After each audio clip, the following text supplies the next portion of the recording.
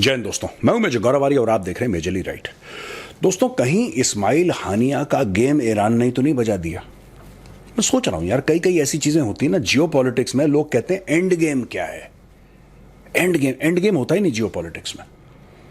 यह बात मैं रोज सीखता हूं और जितना मैं जियो पॉलिटिक्स के बारे में पढ़ता हूं, जितना मैं उसके बारे में स्टडी करता हूं, रिसर्च करता हूं, मुझे यह पता लगता है कि एक चीज तय है, यह एक समुंदर है। कोई ये नहीं कह सकता कि उसको सारी नॉलेज है। जो मास्टर है वो भी स्टूडेंट है। और जियो पॉलिटिक्स में कोई एंड गेम नहीं है।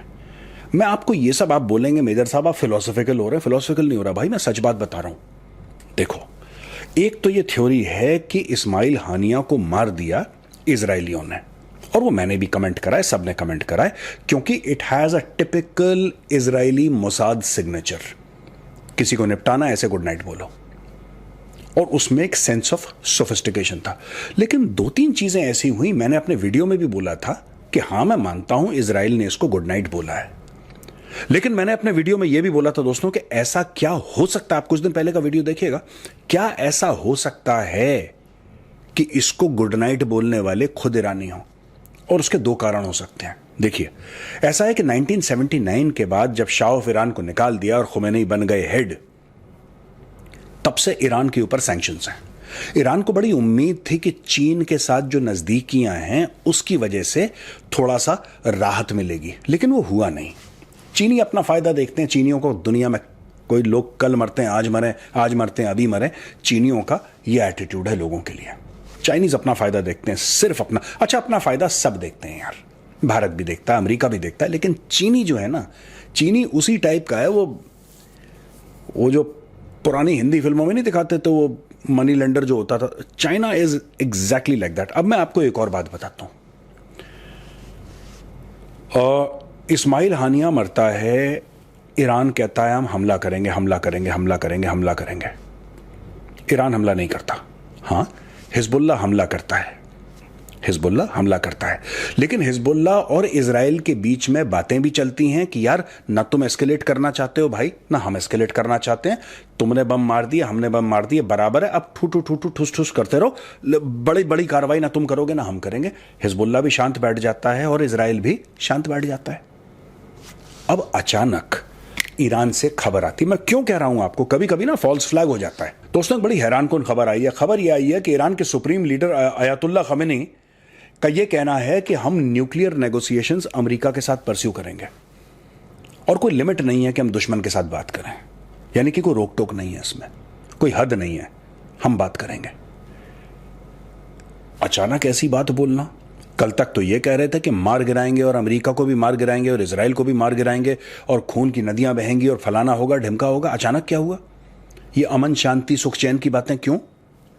ठीक है, अब दूसरी बात, बैकग्राउंड देता हूं, फिर मैं एनालाइज करूंगा। बड़ा मजा आएगा, एंड तक ये वीडियो देखिएगा। देखिए भाई, ऐसा है कि 2015 में दोस्तों ईरान ने joint comprehensive plan of action JCPOA sign करा था, जिसको ईरान न्यूक्लियर डील कहते थे, और यह करा था विथ P5+1, यानी कि US, UK, Russia, France, China और जर्मनी और यूरोपियन यूनियन।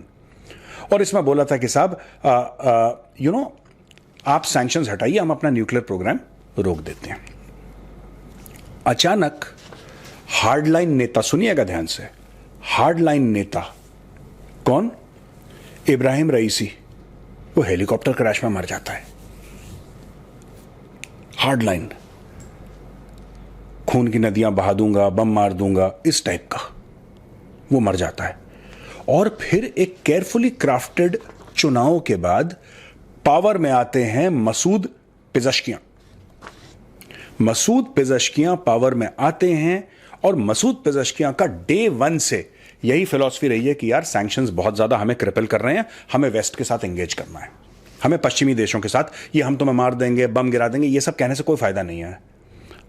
उसको पता है कि ना इन्होंने बम गिराना है, इन्होंने बम गिराना है। ये सारी नूरा कुश्ती हो रही है। WWF ना, कोई कुर्सी मार देता है, कुछ कर देता है, ड्रामा।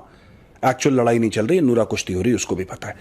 अब ये सब हो जाता है, वो चुनाव जीत जाता है। Masoud Pezeshkian wins the elections and becomes president.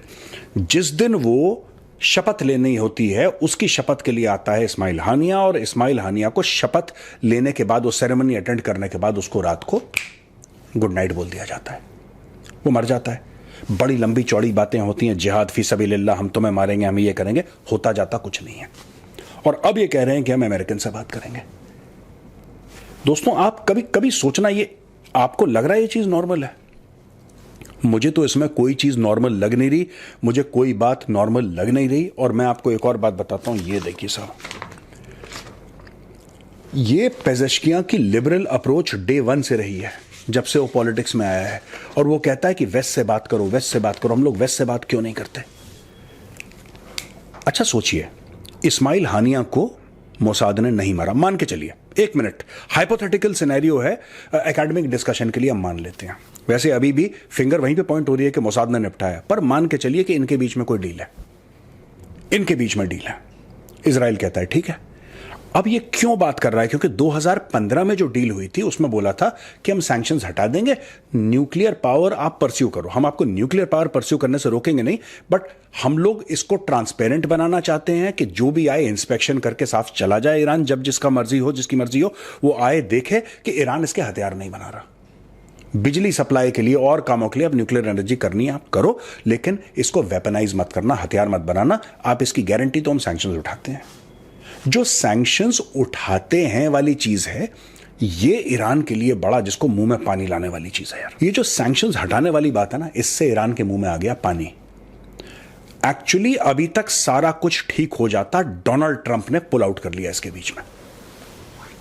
Donald Trump ने इस पूरे, ये जो ईरान न्यूक्लियर डील थी, इससे डोनाल्ड ट्रंप ने पुल आउट कर लिया।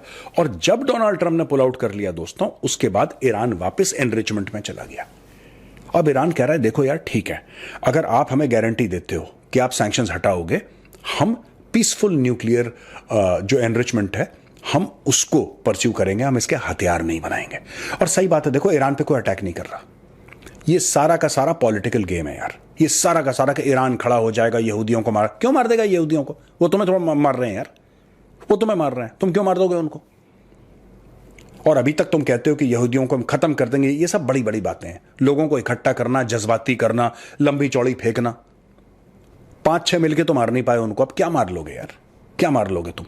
होश के नाखून लो हैं। तो ये सब मैं कह रहा हूं, जो भी मुस्लिम कंट्रीज आसपास हैं, वो हम जिहाद कर देंगे, ये कर देंगे, ये गैस के गुब्बारे हैं, ये हवा में उड़ते हैं बस, इनके कुछ बस का नहीं। और ईरान को पता लग गया है। क्या ऐसा हो सकता है कि ईरान ने इस्माइल हानिया को भेंट चढ़ा दिया?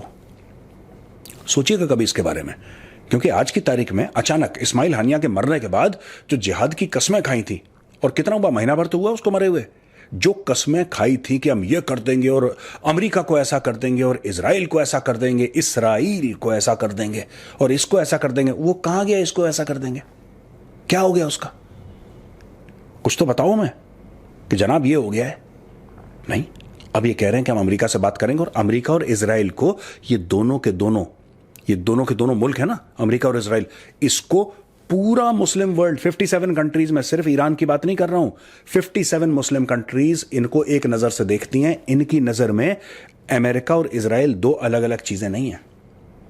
दे are not two different countries, they are the same countries. तो ऐसा क्यों है?